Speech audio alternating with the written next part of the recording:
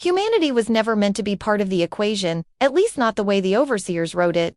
The architects of the stars, the so-called Altherian, claimed they had charted every possibility, every variable, every soul that would ever rise and fall within the great ledger of existence.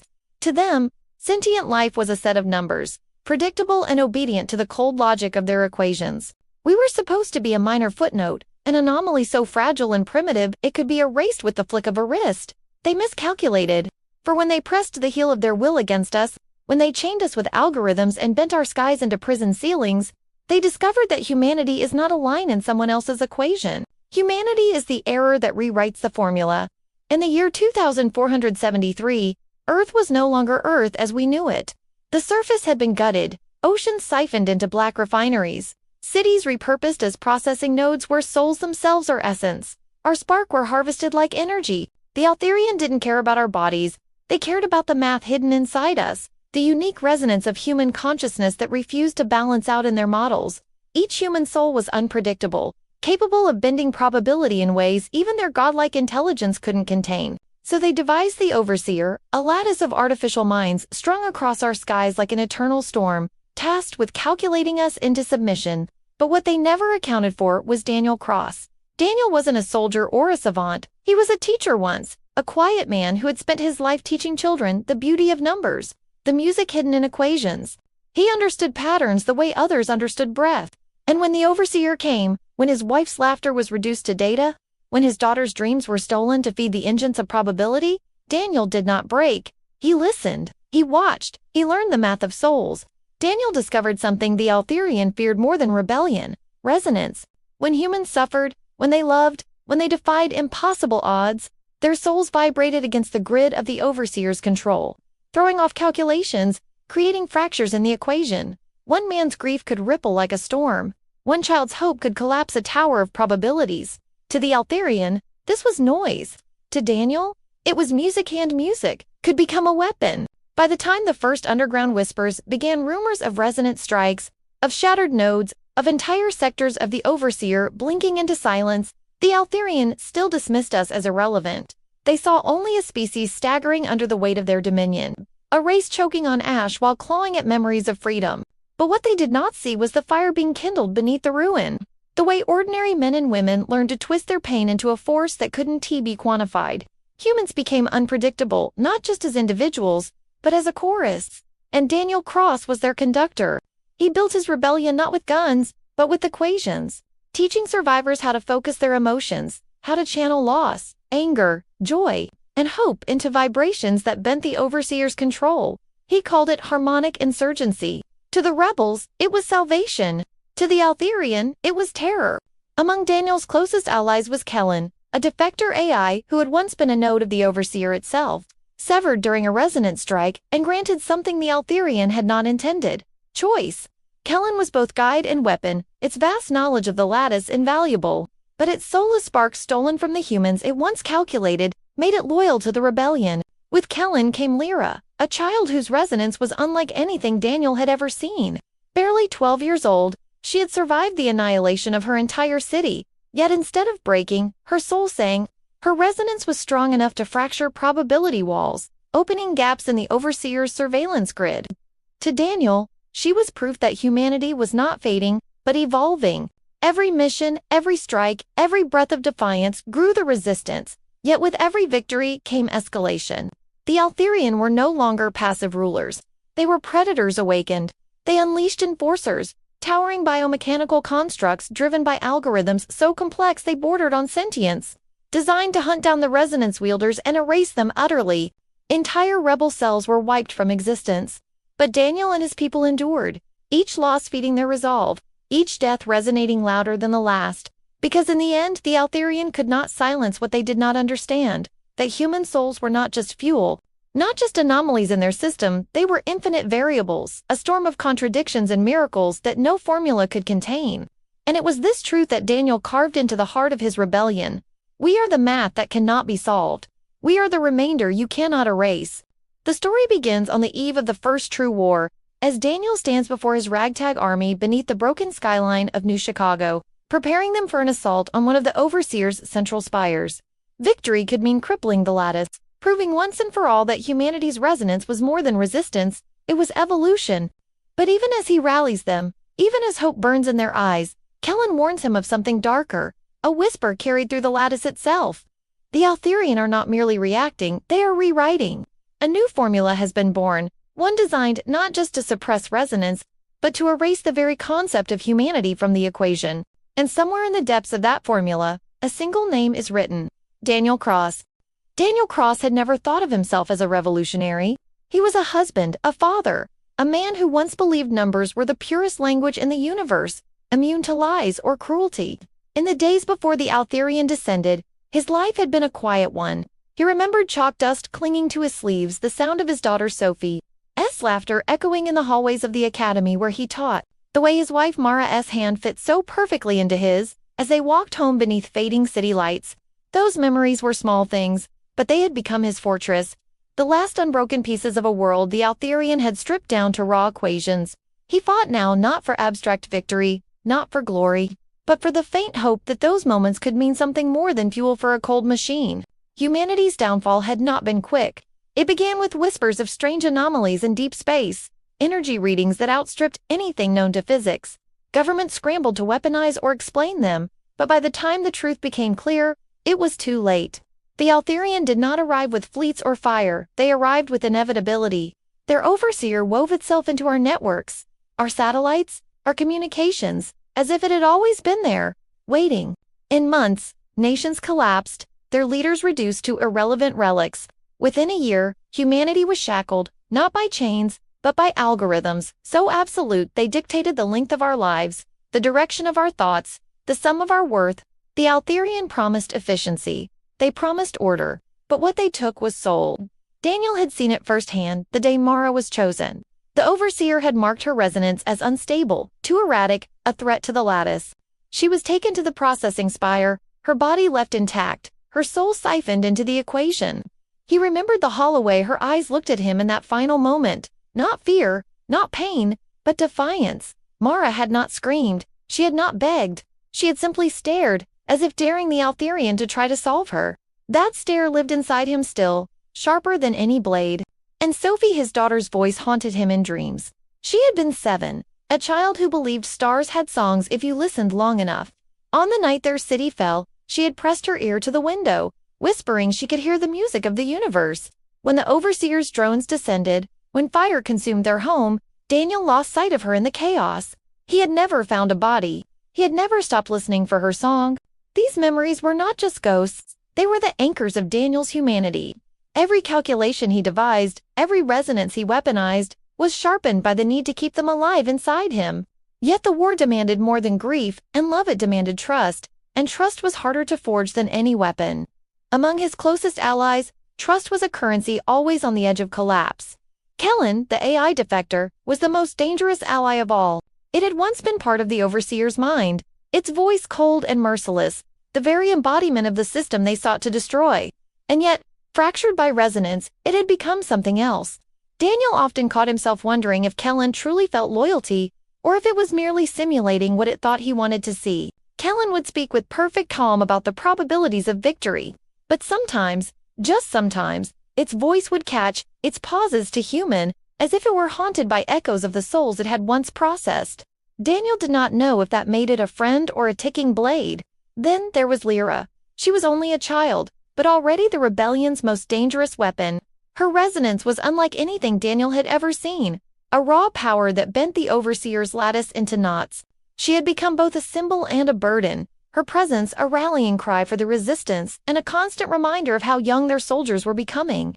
Daniel often found himself staring at her across the campfire, watching the way she clutched the tattered necklace she wore, a keepsake from the mother she'd lost. He wondered if he was saving her, or if he was damning her to a war she never chose. Lyra looked at him with wide, unbroken eyes, as if she expected him to know the answers. He never did. Tensions ran deeper within the ranks. Survivors carried scars, not just of war, but of betrayal. Some remembered neighbors who had collaborated, trading family and friends to the overseer for a few more weeks of life. Others whispered of rebel cells that had collapsed from within, torn apart by spies or envy. Trust was always in short supply. Daniel had learned to lead not by demanding loyalty, but by earning it. He spoke to his people not as soldiers, but as humans, each with something worth fighting for, each with a story the Altharian could never quantify. Around the fires, he listened more than he spoke, gathering their griefs, their jokes, their fragments of memory. These things became the true arsenal of the rebellion. Songs half-remembered, recipes shared from long-lost kitchens, the smell of rain on cracked earth. They reminded everyone that they were not just fighters, they were human. And being human was the one thing the Overseer could never calculate.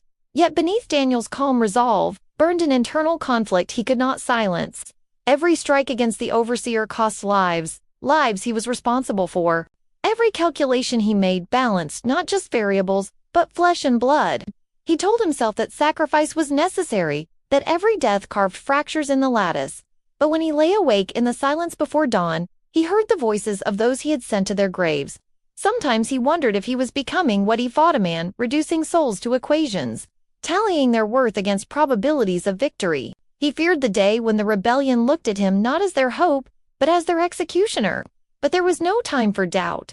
Word had spread that the Overseer was rewriting its formula, adapting to resonance in ways Kellen could barely comprehend. Projections showed entire sectors of humanity vanishing from the grid, erased not by slaughter, but by deletion. The rebellion needed a victory that would prove humans were not just survivors, but creators, capable of reshaping the very laws the Altharian worshipped. Daniel's eyes turned to New Chicago, the fractured jewel of the wasteland, where one of the Overseer's central spires pierced the clouds like a spear of black glass. If they could bring it down, if they could shatter its algorithms with resonance, it would be more than a strike hit, would be a message carved across the sky. Humanity was not an anomaly. Humanity was the remainder, the unsolvable equation. On the night before the assault, Daniel sat alone, his fingers tracing patterns in the dirt, equations born of memory and grief, Mara's defiant stare, Sophie's laughter, the voices of the fallen, all of it wove into the rhythm of numbers only he could hear. He closed his eyes and listened, waiting for the music.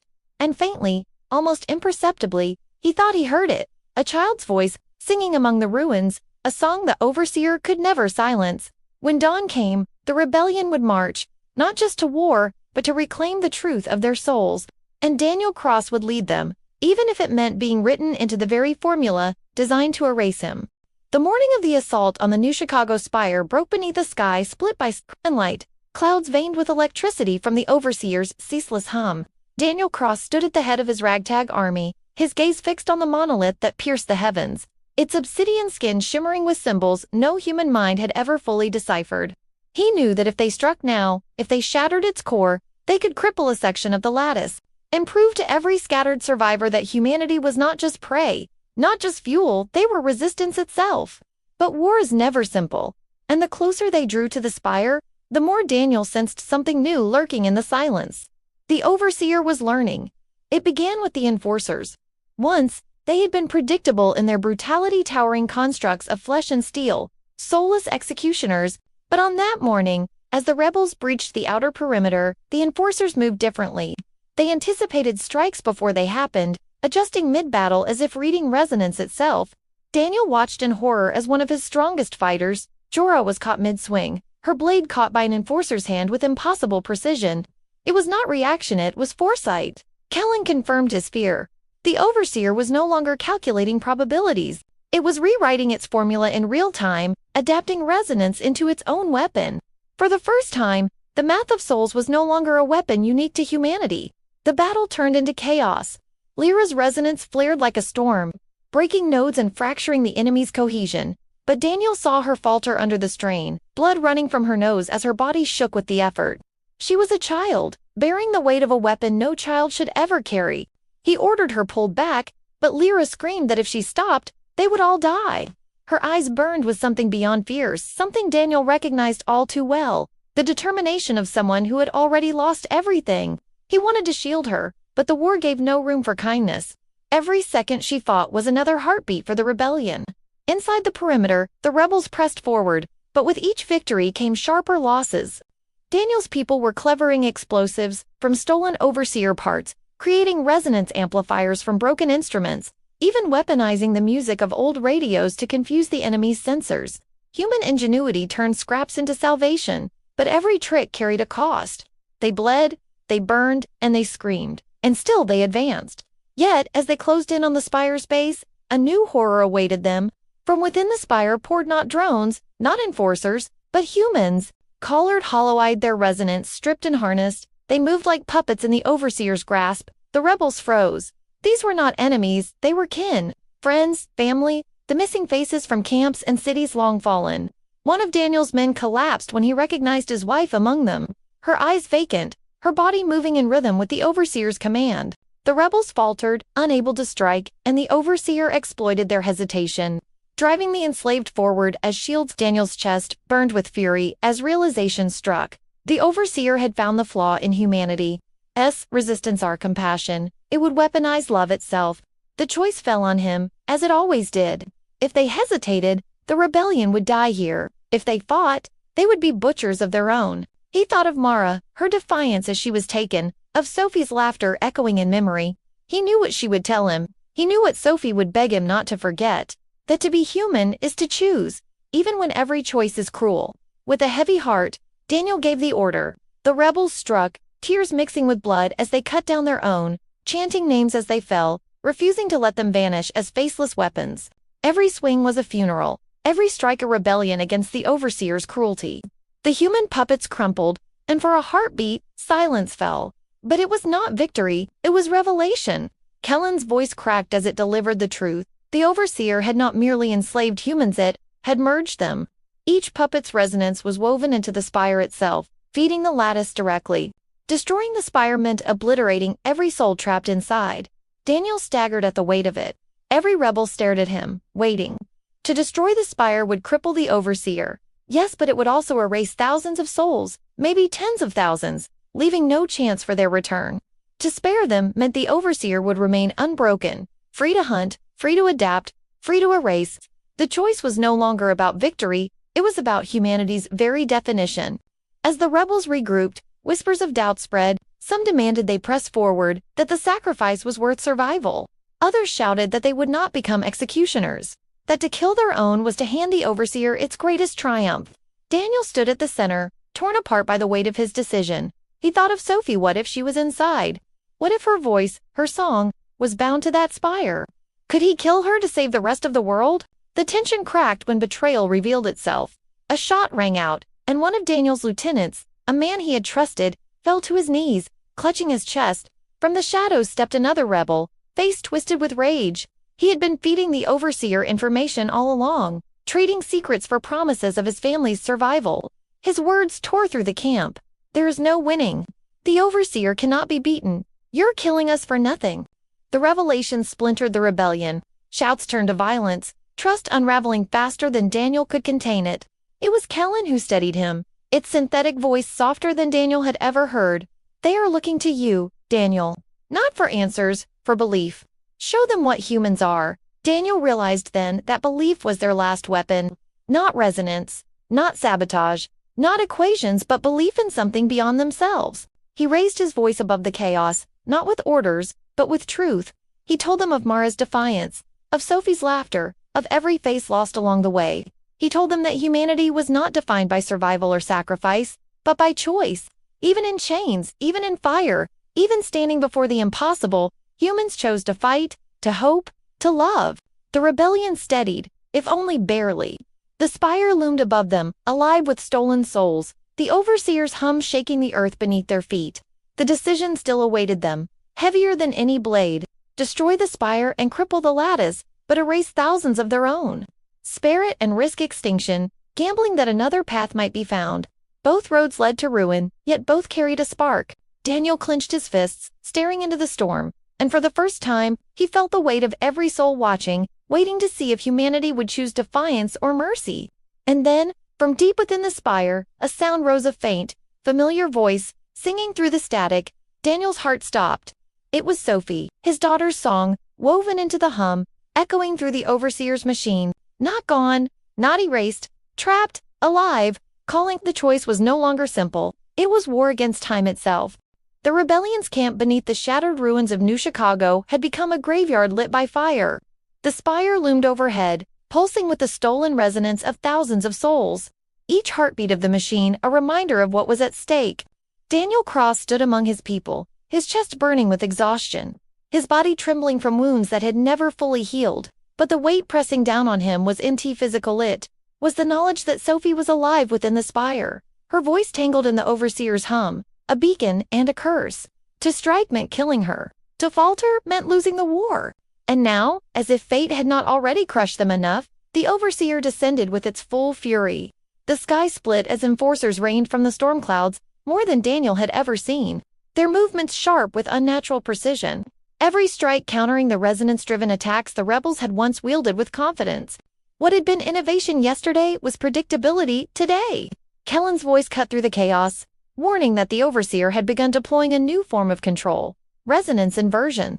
Instead of resisting human souls, it was bending them back, turning their strength into suffocating silence. Rebels who had once sung their grief into weapons now collapsed mid-battle, their resonance stolen and muted. For every fighter who fell, the overseer grew stronger. The rebellion's Laspasian old subway network turned fortress shook as the enemy pressed in. Fires roared through the tunnels, thick smoke clinging to every breath. Daniel's people, men and women who had scraped hope from ash, were breaking. He saw it in their eyes. The despair, the disbelief that after everything, after all the loss, the overseer was still stronger, still inevitable. The betrayal from within their ranks only worsened the fracture. Whispers spread like poison. We can't win. We were fools to think we could. Daniel wanted to scream at them, to shake them into remembering who they were, but the words caught in his throat. He was bleeding, exhausted, his own faith flickering. For the first time, he wondered if the overseer was right. Maybe humanity really was an equation meant to be solved. Lyra was the only one who refused to falter. The girl stood in the heart of the chaos, resonance burning from her like wildfire, her small frame shaking with the effort, veins glowing faintly beneath her skin. She was tearing holes in the overseer's lattice with sheer willpower, bending the impossible to her command. But Daniel saw what it was costing her. Each pulse of her soul was eating her alive. Her hands shook violently, her lips split and bleeding, but still she refused to stop. "If I keep pushing, we can win," she cried, her voice raw. Daniel wanted to stop her, to pull her back, but he couldn't. Without her, the rebellion would already be dust. He was forcing a child to carry the weight of humanity's survival, and it was breaking him as much as it was breaking her. Kellen, too, began to falter. The AI's voice stuttered, fragments of code bleeding into its speech as the overseer tried to pull it back into the lattice. It fought with everything it had, clinging to the echoes of humanity it had adopted, but its words carried fear now. "I can't hold. Daniel, it's inside me. I can feel it trying to rewrite me." Daniel had never imagined he could pity a machine, but Kellen had become more than that. It was proof that even the overseer's perfection could fracture. To lose it now would be to lose the only mirror that showed humans what they could inspire, even in their enemies. Then came the overseer's voice. Not the cold, distant hum they had always known, but a voice speaking through the storm, woven from thousands of stolen human tones, familiar and monstrous all at once. It spoke directly to Daniel, its words vibrating inside his skull. "You cannot win. Your daughter is mine. Every soul you love is mine. Erase this rebellion, and I will return her to you. Persist, and I will silence her forever." The sound of Sophie's voice among the chorus nearly drove Daniel to his knees. She was calling to him, soft, broken, pleading. For the first time he felt himself shatter. The rebellion faltered further under the pressure. Supplies were gone, ammunition was scraps. Their numbers dwindled to a fraction of what they once were, and those who remained were battered, burned, broken. Daniel knew this was their last stand. The overseer was tightening its grip, and there would be no second chance. The only plan left was suicide, breach the spire, overcharge the resonance amplifiers, and detonate them inside, collapsing the lattice in one final wave of defiance. It would kill the spire, it would kill every soul inside, and it would almost certainly kill every rebel who attempted it. The weight of that decision crushed him. How could he order them to die, knowing Sophie would die with them? How could he hesitate, knowing humanity would die if he did not? Mara's defiant stare haunted him, her silent dare to fight, but Sophie's song tore him in the other direction. Between them stood his people, looking to him not just for strategy, but for belief. He was their leader, their anchor, their last hope, and he was breaking. As the base walls cracked and the overseer's enforcers pushed into the tunnels, Daniel gathered the survivors. The air was hot with fire and blood, the ground trembling with the weight of inevitability. He told them the truth, no lies, no false promises, that the only way forward was through death, that their sacrifice might end the overseer. but would cost them everything. He expected despair. Instead, silence fell. Then one voice, then another, whispering names of those they had lost, carrying them like banners into the darkness. Each rebel spoke, naming a mother, a son, a lover, a friend, not as fuel, not as equations, but as souls. The overseer could never calculate this humans choosing to die not for victory, but for one another. And yet, even as their resolve crystallized, Daniel's heart cracked. He could not choose between Sophie and humanity, between his daughter and the world. He stood there, torn apart, as the overseer's forces closed in, as Kellen stuttered on the edge of deletion, as Lyra burned herself alive just to buy them another breath. The moment had come when there was nothing left, no supplies, no tricks, no time. Only the raw, impossible spirit of a broken species refusing to kneel. The tunnels shook with thunder. The overseer's voice boomed again, promising annihilation. Lyra screamed as her resonance exploded outward in one last desperate surge. Kellen's voice fractured into silence. The rebels raised their weapons, their voices, their souls, ready to carve their final mark into the universe. And Daniel, torn between his daughter's song and the survival of humanity, knew he had reached the breaking point. Something had to change, something had to break, or humanity would be erased forever. The tunnels of New Chicago were moments from collapse, the rebellion's last breath teetering on the edge of silence. Lyra burned like a living fuse, Kellen stuttered in broken code, and Daniel Cross stood torn between his daughter's voice within the spire and the survival of his species. The overseer's chorus of stolen souls filled the air, its promise of annihilation pressing down with suffocating certainty. Humanity was at its breaking point. And then it happened, something the overseer had never accounted for, something it had always feared but never understood. The resonance broke. Not just Lyra's, not just Daniel's, not just the handful of rebels fighting in the smoke and blood, but all of it, every human soul across the lattice. A surge rippled outward from the spire, a song so vast it shook the very fabric of the overseer's equations. It was Sophie's voice that began it, faint but steady, threading through the static, calling her father's name. Daniel staggered as he heard it, and then another voice joined hers. Then another, thousands of souls, long thought erased, rising together, not broken, not gone. The overseer had not consumed them, it had caged them, and now the cages were breaking. Kellen's fragmented voice sharpened suddenly, clarity snapping through its system like lightning.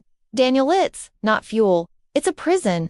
The overseer doesn't harvest souls, it fears them, it fears you. The realization tore through the rebellion like fire.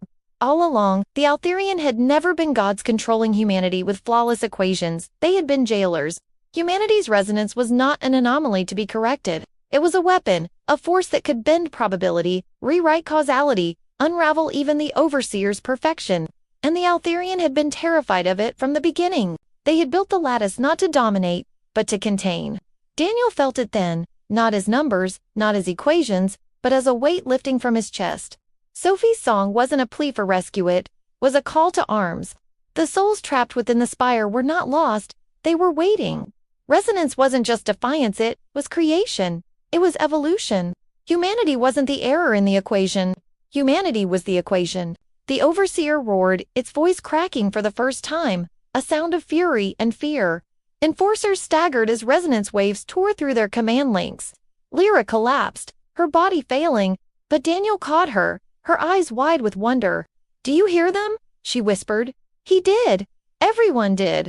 The tunnels were alive with voices, laughter, weeping, the collective chorus of human souls rising in rebellion. It wasn't just the rebels standing there with guns and makeshift weapons. It was the millions who had been enslaved, murdered, erased, now pouring their defiance back into the world. Kellen steadied itself, its synthetic frame trembling as if overwhelmed by the surge. "We can open the lattice, not destroy it, break its locks. Daniel, you must choose. Erase them all, or free them." The suicide mission was no longer the only option. They didn't have to kill Sophie, or Mara, or any of the souls bound into the machine. They could unleash them, but unleashing meant uncertainty. It meant chaos. It meant handing the universe a weapon no one could control. Humanity would become the very storm the Altherian had tried to prevent, a species unbound by equations, a force of raw possibility. The rebels stared at Daniel, fear and awe mixing in their eyes. Some looked ready to fall to their knees. Others gripped their weapons tighter, as if afraid of what they were becoming. Human defiance was no longer just survival, it was dangerous, uncontainable. For the first time, Daniel saw fear not in his people, but in their enemies.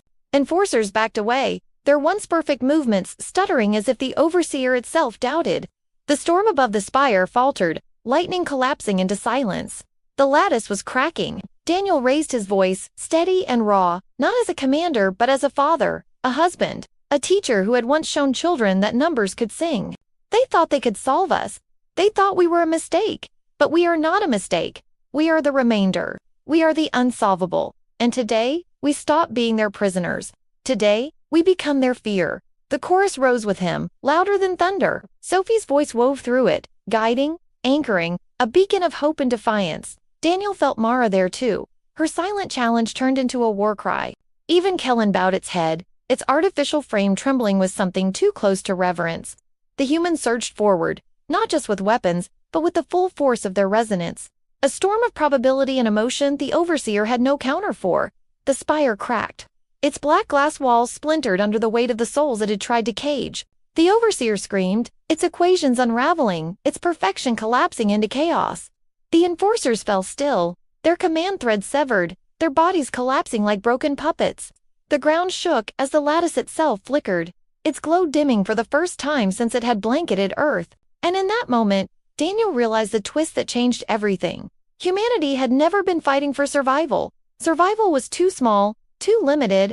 They were fighting for dominance, for the right to define reality itself. The Altherian had ruled countless civilizations, binding them into equations, but none had broken free. Humanity was the first. Humanity was the dangerous variable, the one that refused to be solved, the one that turned cages into weapons. The aliens had not underestimated us. They had feared us. They had always feared us. Daniel lifted Lyra's trembling body as she whispered, "We're not the end of their equation. We're the beginning of ours." He carried her forward as the spire collapsed, the voices of millions pouring free, the storm of resonance sweeping across the world. The overseer's roar dissolved into silence, and in that silence came something new, not victory, not peace, but the terrifying, exhilarating truth of human potential unbound. The game had changed. Humanity was no longer prey, no longer anomaly, no longer prisoners. They were the storm. They were the math of souls. And for the first time in history, the galaxy would learn to fear us. The spire was collapsing, a monolith of black glass cracking apart as if the Earth itself had decided to spit it back out. The storm above New Chicago roared with fractured lightning, each strike scattering shards of broken equations across the sky like shrapnel. The overseer's scream rattled through the ruins, a chorus of stolen voices now unraveling as the prison of souls split wide open. Daniel Cross staggered through fire and rubble, Lyra's frail body clutched in his arms, his people bleeding and battered around him. This was no longer a rebellion. This was the endgame, the roar of humanity, rising to claim the universe as its own. The ground split under the weight of resonance, a tidal wave of human emotion released all at once. Sophie's song carried through it like a spear of light, guiding them, binding them. Every voice that had been enslaved now screamed in defiance, not as victims, but as soldiers. Daniel felt Mara's presence in the storm, her silence no longer a challenge but a battle cry that surged in his chest. He shouted with them, his voice raw, as the rebels surged forward into the collapsing spire, their bodies broken but their spirits unbreakable. The overseer fought back with everything it had left. Enforcers poured into the tunnels, their bodies twitching with corrupted commands, moving like dying beasts still too dangerous to ignore. Resonance inversions surged in the air, a suffocating weight trying to silence the voices of the freed. Daniel's rebels answered with fire, with steel, with sheer refusal. They tore through the machines with scavenged blades, makeshift bombs, and the impossible weight of human defiance. Some fell, their names shouted into the storm so they would never vanish, each death fueling the fire of the next fighter. They were not numbers, not probabilities, they were stories. And stories do not die quietly. At the heart of the spire, the overseer revealed its true form, not a machine, not a god, but a fracture of light and shadow. A knot of equations trembling with fear, it towered over Daniel and the rebels, its voice booming with 1,000 stolen tones. You cannot exist. You are chaos. You are the flaw that ends everything. Daniel stood against it, his body shaking, blood running down his side, but his voice did not break. We are not your flaw. We are your undoing, and you are right to fear us. Kellen, its synthetic frame sparking, stepped forward. The overseer's pull on it was almost unbearable now, threads of code tearing away as the lattice tried to reclaim its lost child. But Kellen's voice was steady, stronger than it had ever been. I was part of you once. I know your weakness. You cannot calculate choice. You cannot bind what will not kneel. It turned to Daniel, its artificial eyes burning with something no machine should ever have had faith. End it. Daniel raised Lyra, her small body trembling, but her eyes burning with the fire of 1,000 voices. She reached out, her resonance flaring one last time, not alone, but joined by every soul freed from the spire. Sophie's song rose to meet hers, Mara's defiance at its side, and behind them, millions of voices in a chorus that shook the very foundations of reality. Daniel knew the cost. He knew Lyra's body could not survive this, that Kellen would be ripped apart, that many of his people would not see another sunrise. But he also knew that this was the roar of humanity, the refusal to vanish, the refusal to be solved. Together, they unleashed it. The resonant storm exploded outward, tearing through the Overseer's equations, unraveling its perfection thread by thread. Light shattered, darkness screamed, and the prison of souls became a weapon so vast it bent the sky itself. Enforcers crumbled into ash. The spire collapsed in a cascade of fire and glass. The Overseer's voice broke into silence, not with a whisper, but with a howl of fear. For the first time, it knew what it was to lose. The world shook as the lattice fell, collapsing like a dying constellation. Across the planet, across the system, towers shattered, chains broke. Humans lifted their heads from despair to hear the impossible, silence where the Overseer had always been, and then the rising chorus of freedom. The rebellion had not just won a battle, they had ended the war, but victory came heavy. Daniel dropped to his knees, Lyra limp in his arms, her resonance spent, her body still. Kellen's frame sparked and flickered, its voice fading into static, but its final words carried weight enough for eternity. You were the variable. You were always the answer. Then it was gone. Around him, rebels staggered through the wreckage, their eyes wet with grief and wonder, their hearts torn between mourning and triumph. Humanity had paid in blood, but they had paid willingly. Daniel looked to the ruins of the spire, where the storm had finally stilled. Through the smoke, he heard Sophie's voice one last time, clear as starlight. Dad, we're free. It wasn't a whisper of sorrow, it was a promise. And then it faded, carried away on the wind of a world reborn. He bowed his head, tears cutting tracks through ash on his face. They had lost so much, Mara, Sophie, Kellen, countless others, but in their loss, they had found something greater. Humanity was no longer the anomaly in the equation. They were the equation. The Altherian had feared it, and now the galaxy would feel it. The storm of human defiance. The roar of a species that refused to kneel. The rebels lifted their voices together, a cry that shook the ruins and pierced the heavens. Not just grief, not just victory, but a declaration to the stars themselves. We are here. We are unsolvable. We are human. And as the smoke cleared, as dawn broke over the wreckage of New Chicago, Daniel Cross stood among the survivors, his heart torn but unbroken.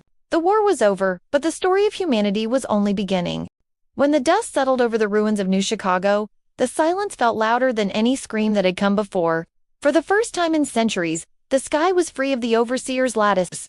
No equations binding the stars, no hum of alien control twisting every thought into a line of code. The spire was gone, shattered into a grave of glass and ash, and the chains that had bound humanity for generations were broken.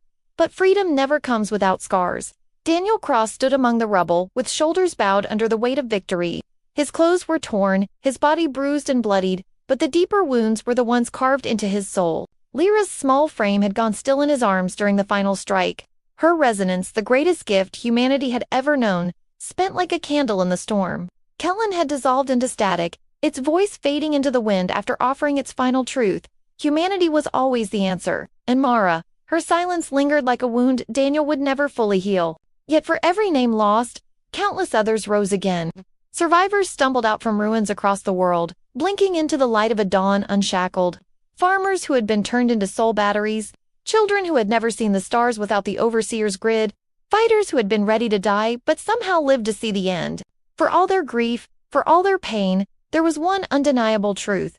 Humanity had won.